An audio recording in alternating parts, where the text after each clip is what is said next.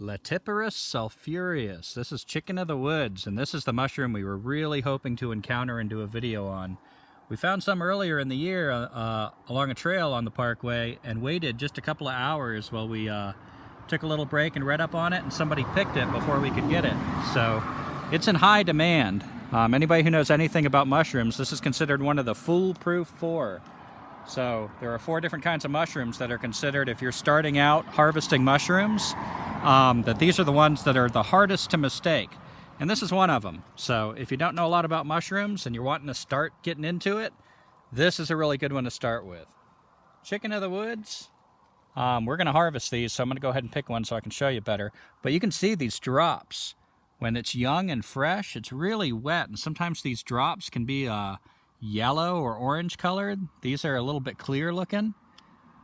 It's got a sulfur yellow bottom. That's one of the ways to identify it.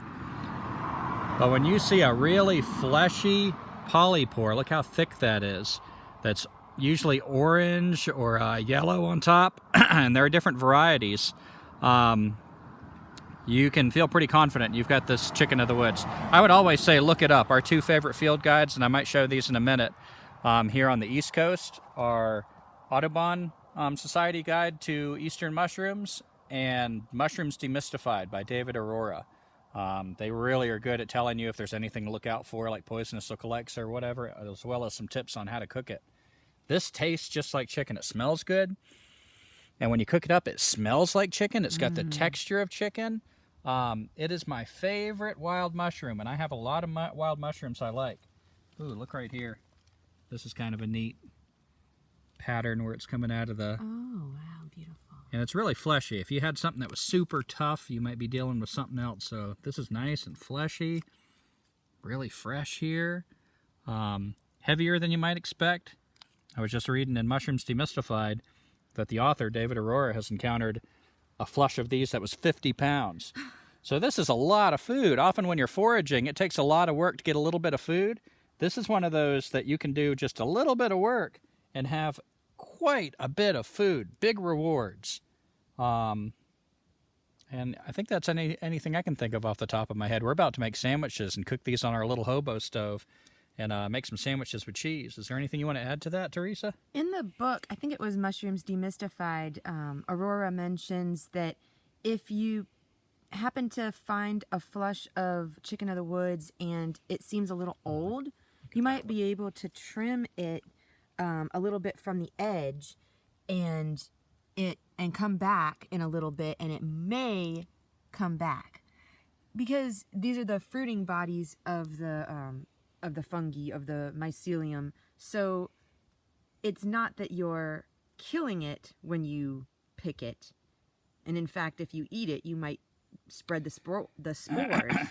Yeah, that's something I wanted to mention too. I'm glad you brought that up. As far as caretaking, if we were eating wild plants, I would not gather every one because I want the plants to proliferate. I'd caretake it a lot differently, but this is more like picking an apple off a tree. So the actual organism is the mycelial network inside this tree. Sometimes, as it's rotting out the heart of a tree, and it prefers oaks on the East Coast, it said, you can see the white mycelium. I'm not sure. I don't want to point out anything here and point you wrong, but sometimes you can actually see it in the tree. So this is like picking the apple off. We're leaving the organism, and it'll send out more chicken of the woods. Tends to come out late summer, early autumn. But yeah, if you find this is such a gift, and it is so good, just like really good chicken. Yeah, and I'll add that it can also grow on, like, nearer to the ground. So it doesn't necessarily have to be up like this off of the ground. In fact, one place where we were living, it was in somebody's front yard, and there wasn't even a tree there anymore. It was like the stump had rotted away, and underneath the ground, the mycelium was still there, and so it would come up and fruit. And I want to show these 2 books really quick if you can follow me. Sure.